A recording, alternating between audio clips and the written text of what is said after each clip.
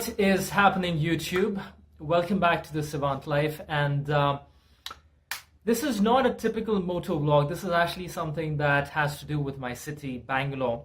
And as most of you who are kind of connected online or read a newspaper, if you're old-fashioned, might know that Bangalore has been in the news again for all of the wrong reasons. And this time around, it is because a lake caught fire in the city. And it's not just any lake, but it is the Bellandur Lake, which is the largest lake in the city, and it is not the first time that this is happening either. In fact, it has happened already once before, and this is something that is almost a spectacle.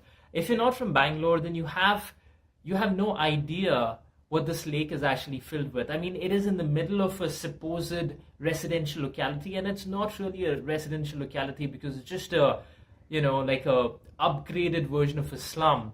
And if you look at this lake, it has these huge foams that are just floating all across, and if you look at it from a distance, it might even look beautiful because it looks like these clouds are just descending onto the water and they're just floating around, right? It just looks so beautiful from a distance.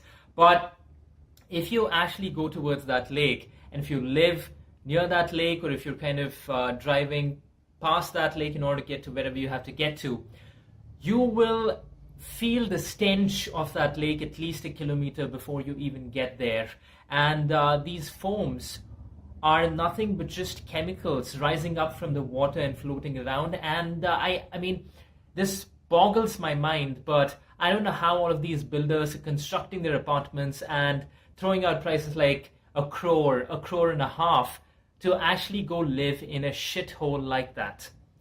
And somebody needs to take a stand about this. And I think the residents of Bellandur are doing their bit, but every single time they kind of organize a morcha or a rally of some kind, you get a typical response from the government, from the administration, from BBMP, and then, everything quietens down and people go about their lives. Because I think ultimately we have this chalta hai attitude, or we have this swalpa adjust mari mentality over here, and we need to let that go. If you are from outside of Bangalore, if you're someone that has moved in here recently and you have a lot of money with you, please do not invest in real estate over here, especially if you're not planning to settle down in the city, because that only encourages all of these real estate companies and builders to make more apartments, to make more projects, and to mess up the infrastructure even more.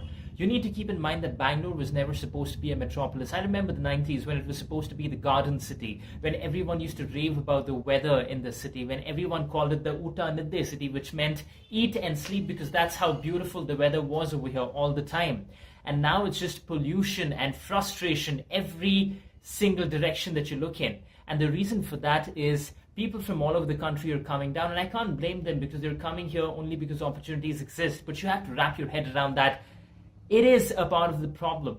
All of you coming down over here and contributing to the infrastructure woes is a part of the problem. Now, of course, you can say, hey, but the government is supposed to take care of all of that. Well, you know how Indian governments are, whether it's the Congress, the BJP, it's all the same story over and over again. The population of Bangalore, according to the last official census, was somewhere around 11 million. And that was in 2011. In 2016, I can guarantee you that it is upwards of 15 million.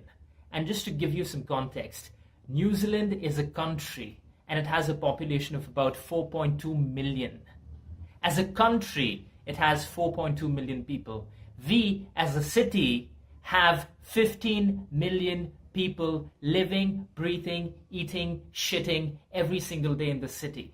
I mean, that just literally blows my mind. Literally blows my mind. Literally blows my mind. Well, I mean, not literally, of course, because, So, the fact of the matter is that it is a serious problem, and I'm just going to show you some real quick graphs over here in order to showcase how serious of an issue this is, especially if we talk about the green cover eroding. Just take a look at some of these snaps. They're providing comparative information from the 90s and from the early 2000s up until now, and you can see the dramatic changes that have taken place. And especially if you look at only the Bellandur and the Agra area, which used to be a wetland as recently as in 2000. And if you see what has happened in 2005, and then you see the dramatic shift just 2 years down the line in 2007, and then what has happened in the subsequent years, it is so incredibly sad and tragic, because I grew up in an area called Baswangudi, and we had a lake over there as well. And we used to go over there in the evenings and enjoy your popcorn and a boat ride and things of that kind.